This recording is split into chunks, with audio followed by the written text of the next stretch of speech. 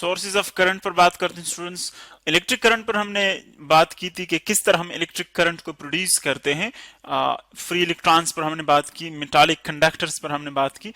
अब हम देखते हैं कि इलेक्ट्रिक करंट के सोर्सेज कौन कौन से हैं, एंड जो हमारे पास वेल नोन सोर्सेज है इलेक्ट्रिक करंट हम किन किन चीजों की मदद से प्रोड्यूस कर सकते हैं, यानी वो कौन से सोर्सेज हैं, वो कौन से जराए हैं जिनको हम यूज करके इलेक्ट्रिक करंट प्रोड्यूस कर सकते हैं। फर्स्ट ऑफ ऑल हम इलेक्ट्रिक करंट की जो हमारे पास एग्जिस्टेंस है किसी मेटालिक कंडक्टर में या किसी भी सोल्यूशन में या किसी और जगह पर, वो किस तरह एग्जिस्ट करता है, इलेक्ट्रिक करंट किस तरह प्रोड्यूस होता है। देखिए, ये आप एक कंडक्टर कंसिडर कर लें।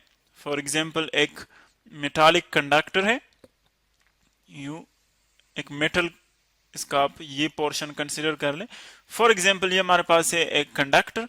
अब जब हम कंडक्टर की बात करते हैं तो इसमें हमारे पास फ्री इलेक्ट्रॉन्स मौजूद होते हैं। कंडक्टर्स वो मटेरियल्स हैं जिसके अंदर फ्री इलेक्ट्रॉन्स मौजूद होते हैं, और ये फ्री इलेक्ट्रॉन्स क्या करते हैं, ये इस कंडक्टर के अंदर फ्रीली मूवमेंट करते हैं, यानी ऑल डायरेक्शंस में रैंडम मूवमेंट करते हैं। कोई एक डायरेक्शन में मूवमेंट करता है, कोई दूसरे में। इसी तरह जो नेट इफेक्ट होता है वो जीरो बन जाता है, यानी किसी एक डायरेक्शन में जो उनका इफेक्ट होता है वो जीरो इसलिए होता है क्योंकि जिस डायरेक्शन में भी कोई इलेक्ट्रॉन मूवमेंट करता है तो उसके अपोजिट डायरेक्शन में भी इलेक्ट्रॉन मूवमेंट करता है, सो नेट इफेक्ट उसका जीरो बन जाता है। लेकिन हम क्या करते हैं, हम इसके साथ कोई सोर्स कनेक्ट कर लेते हैं, जिस तरह के फॉर एग्जांपल बैटरी कंसीडर कर ले आप। हम जब बैटरी के साथ इसको कनेक्ट कर लेते हैं, पॉजिटिव और नेगेटिव टर्मिनल इसके, ये बैटरी कंसीडर कर लें, बैटरी के पॉजिटिव और नेगेटिव टर्मिनल्स जब हम इसको कनेक्ट कर लेते हैं तो क्या होता है कि इस कंडक्टर के दोनों एंड्स के दरमियान, ये आप कंसीडर कर लिए है एंड ए और ये है एंड बी, इन दोनों के दरमियान एक इलेक्ट्रिक फील्ड प्रोड्यूस होता है। और इलेक्ट्रिक फील्ड हमेशा हम जानते हैं कि उसका डायरेक्शन होता है पॉजिटिव से नेगेटिव की तरफ। सो देखिए, ये इलेक्ट्रिक फील्ड की डायरेक्शन होगी, पॉजिटिव टर्मिनल से नेगेटिव टर्मिनल की तरफ इसकी डायरेक्शन होगी। ये आगे हमारे पास इलेक्ट्रिक फील्ड, क्योंकि वेक्टर क्वांटिटी इसके ऊपर हम एरो पुट करते हैं। अब जब आप इलेक्ट्रिक फील्ड प्रोवाइड करते हैं, सो इलेक्ट्रॉन्स चूंकि नेगेटिवली चार्ज पार्टिकल्स हैं, तो वो क्या करते हैं, वो हमेशा इलेक्ट्रिक फील्ड के अपोजिट मूवमेंट करते हैं। यानी चूंकि ये हमारे पास पॉजिटिव टर्मिनल है और इलेक्ट्रॉन्स नेगेटिव है, तो इसीलिए वो पॉजिटिव की तरफ अट्रैक्ट होंगे, यानी इलेक्ट्रॉन की जो मूवमेंट है देखें वो इस डायरेक्शन में हो जाएगी। वो यहां पर हम अगर ब्लैक से शो कर ले इसको, ये इलेक्ट्रॉन की मूवमेंट हो जाएगी किस डायरेक्शन में, टुवर्ड्स पॉजिटिव टर्मिनल, चूंकि इलेक्ट्रॉन्स हमेशा इलेक्ट्रिक फील्ड के अपोजिट डायरेक्शन में मूव करते हैं। सो देखें, पहले रैंडम मोशन था, अब इलेक्ट्रॉन की डायरेक्शन एक खास स्पेसिफिक डायरेक्शन में उसकी मूवमेंट आ गई।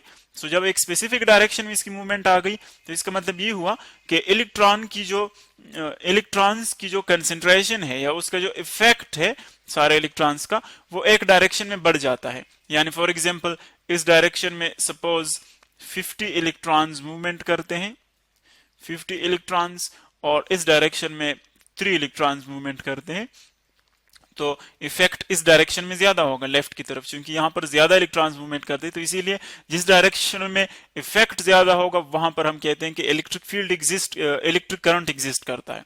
सो ये जब इलेक्ट्रॉन्स एक खास डायरेक्शन में मूवमेंट करते हैं तो उसको हम क्या कहते हैं, इलेक्ट्रिक करंट। तो ये हमारे पास आ गया इलेक्ट्रिक करंट, जिसको हम डिफाइन कर चुके हैं, I is equal to Q divided by T।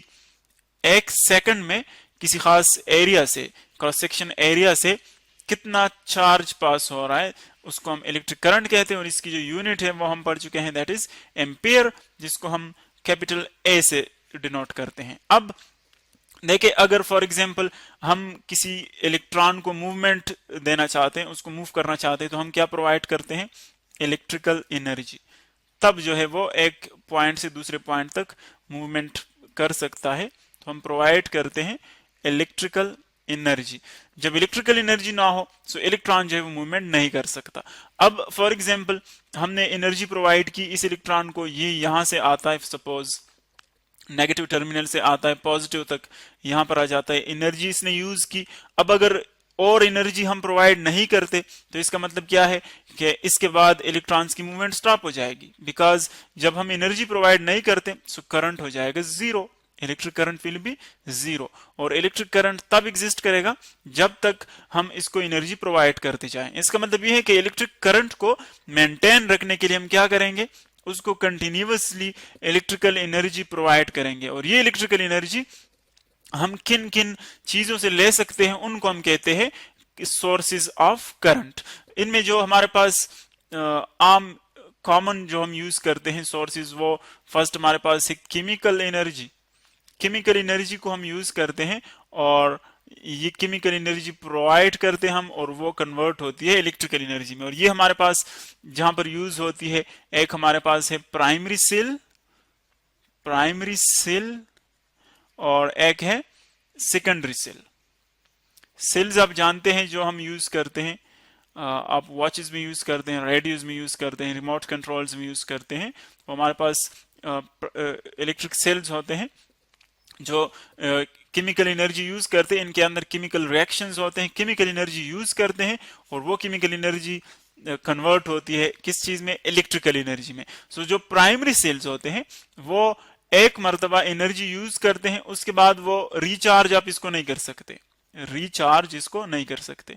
यानी जब आप एक मर्तबा इसको यूज कर ले, सो तब उसके बाद जो है इसकी रिचार्जिंग नहीं होती और ये क्या हो जाते हैं, एग्जॉस्ट हो जाते हैं, यानी रिचार्जिंग इसकी नहीं हो सकती। और जो सेकेंडरी सेल्स होते हैं वो जब एक मरतबा यूज हो जाए तब आप इसको अगेन रिचार्ज कर सकते हैं, उसको फिर यूज कर सकते हैं। यानी जो प्राइमरी सेल्स हैं वो हम एक मरतबा यूज कर सकते हैं, उसके बाद ये डेड बन जाते हैं क्योंकि उसकी एनर्जी खत्म हो जाती है और अगेन उसको हम रिचार्ज नहीं कर सकते।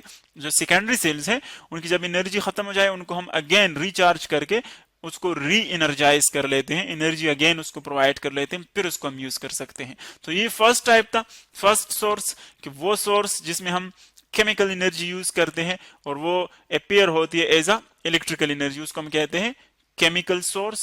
इसी तरह एक हमारे पास दूसरा जो सोर्स है वो है जनरेटर्स का। इलेक्ट्रिकल जनरेटर्स का नाम आपने सुना होगा। जनरेटर्स में क्या होता है, जब हम देखिए जनरेटर्स में हमारे पास कॉइल यूज होता है, और जब हम कॉइल को रोटेट करते हैं सो उस रोटेशन की वजह से मैग्नेटिक फ्लक्स चेंज होता है और एज अ रिजल्ट इसमें करंट इंड्यूस होता है। ये हम डिटेल के साथ पढ़ेंगे इलेक्ट्रिकल जनरेटर्स में, यहाँ पर जस्ट हम उसका इंट्रोडक्शन दे रहे हैं। सो जब फ्लक्स चेंज होता है तो as a result electrical current उसमें प्रोड्यूस होता है, वोल्टेज प्रोड्यूस होता है, इलेक्ट्रिकल करंट प्रोड्यूस होता है। सो यहाँ पर क्या होता है, जो इलेक्ट्रिकल एनर्जी है वो हमें मिलती है रोटेशन ऑफ कॉइल से। अब रोटेशन ऑफ कॉइल क्या है, एक्चुअली मैकेनिकल एनर्जी यूज हो रही है। सो हम मैकेनिकल एनर्जी यूज करते हैं और वो मैकेनिकल एनर्जी कन्वर्ट होती है किसमें, इलेक्ट्रिकल एनर्जी में। मैकेनिकल एनर्जी कन्वर्ट होती है इलेक्ट्रिकल एनर्जी में। ये हमारे पास सेकंड सोर्स है जो हम यूज करते हैं इलेक्ट्रिकल करंट को हासिल करने के लिए। इसी तरह थर्ड जो हमारे पास सोर्स है, थर्ड सोर्स वो है थर्मोकपल्स का। थर्मोकपल्स एक्चुअली हमारे पास एक ऐसा कॉम्बिनेशन होता है जिसमें हम दो डिफरेंट मेटल्स लेते हैं। फॉर एग्जांपल एक है मेटल ए, ये है मेटल ए, और एक है मेटल बी, ये मेटल बी है। इन दोनों को हम ज्वाइन कर लेते हैं। दो डिफरेंट मेटल्स होते हैं, एक मटेरियल का होता है, दूसरा दूसरे किस्म का मटेरियल का बना होता है। सो दोनों को हम ज्वाइन कर लेते हैं यहाँ पर। अब जो दोनों के एंड्स हैं वो हम डिफरेंट टेम्परेचर्स पर रखते हैं। जो डिफरेंट टेम्परेचर होता है, एक का टेम्परेचर फॉर एग्जांपल है T1, दूसरे का है टेम्परेचर T2 एंड का। सो जो ज्यादा टेम्परेचर होता है जिस एंड का, वहां से इलेक्ट्रॉन्स डिफ्यूज होते हैं लोअर टेम्परेचर की साइड की तरफ। जब इलेक्ट्रॉन्स डिफ्यूज होते हैं तो ये टेम्परेचर डिफरेंस एक्चुअली अपीयर होता है एज अ इलेक्ट्रिकल एनर्जी। सो हम थर्मोकपल्स में क्या करते हैं, हीट एनर्जी को कन्वर्ट करते हैं इलेक्ट्रिकल एनर्जी में। इसी तरह नेक्स्ट हमारे पास होते हैं सोलर सेल्स। सोलर सेल से हम इलेक्ट्रिकल एनर्जी हासिल करते हैं। वो किस तरह, इसमें हमारे पास सनलाइट हम यूज करते हैं। सनलाइट, जिस एरिया पर सनलाइट एब्जॉर्ब होता है, फॉल होता है, वो एब्जॉर्ब कर लेता है और एज अ रिजल्ट वो इलेक्ट्रॉन्स जब सनलाइट एब्जॉर्ब कर लेते हैं तो वो इमिट होते हैं और वो कन्वर्ट होते हैं एज ए इलेक्ट्रिकल करंट। सो हम सोलर यानी जो सनलाइट है वो हम कन्वर्ट करते हैं इलेक्ट्रिकल एनर्जी में। सो ये हमारे पास कॉमन सोर्सेस थे जो हम यूज करते हैं इलेक्ट्रिकल करंट प्रोड्यूस करने के लिए।